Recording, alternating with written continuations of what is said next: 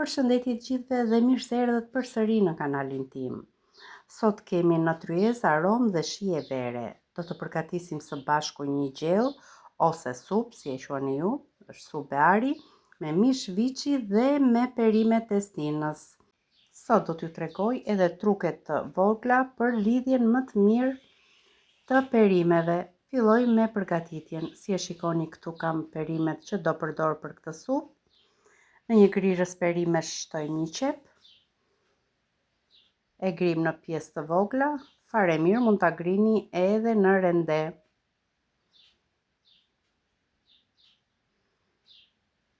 Vendosim në një tigan të thellë duke i shtuar vaj ulliri dhe direkt në zjarr për t'i bërë një kaurtisje të plotë.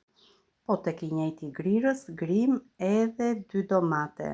Në fakt një domate i gjysmë, pasi njëra ishte shumë e madhe.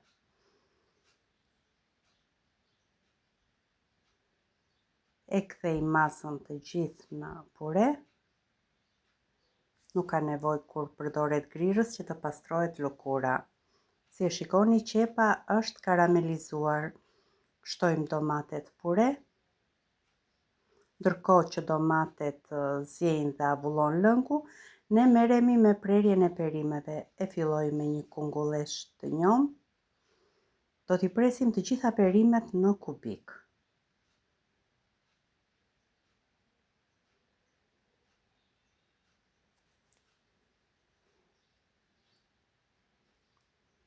Kungullin e kemi gati, grim 2 patlıcan, edhe patlıcanët do mundohemi t'i grim në madhësinë e kungulleshave, duke i prerë feta feta dhe më pas duke i prerë në kubik të vegjël.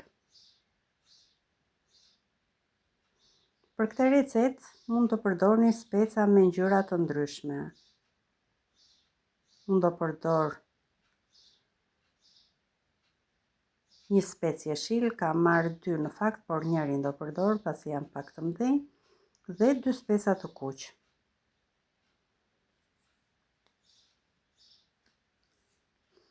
Tre speca në total. Do e lëm njërin specë. Perimet tashmë janë gati, edhe domatet kanë avulluar lëngun. Shtojmë perimet.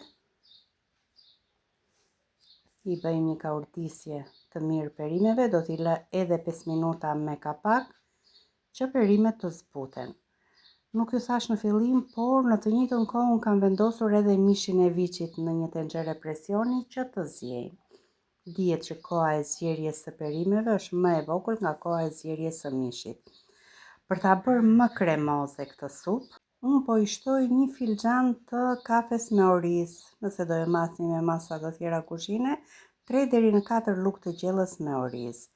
Shtojmë lëngun e mishit dhe mishin tashmë të zjerë. E rregulloj me krip, mishin e kam zjerë thjesht vetëm me ujë.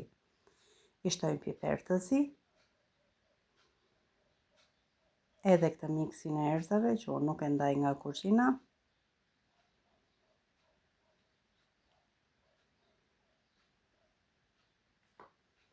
I vendosim kapakun dhe e lëm të ziejë avash avash për 30 minuta. Si e shikoni, gjella ka filluar të trashet. Do t'i shtoj 1 lugë të çajit me krem hudhrash. Nëse keni hudhra, mund t'ja shtoni me njerë mbas kaurtisjes së qepës, 2 thelpinj hudhër. E lëm të zjejnë edhe 5 minuta të tjera.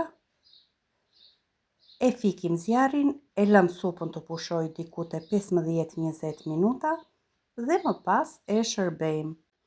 Dhe ja ku përfundoi supa jone mrekullueshme e beharit. Siç e pam, mjafton pak pushim dhe ato sekrete të vogla në gatim që marrim një pjatë kaq të pasur dhe plot me shije për familjen tonë. Nëse ju pëlqeu receta, mos harroni të bëni subscribe. Ju falenderoj që më ndiqni.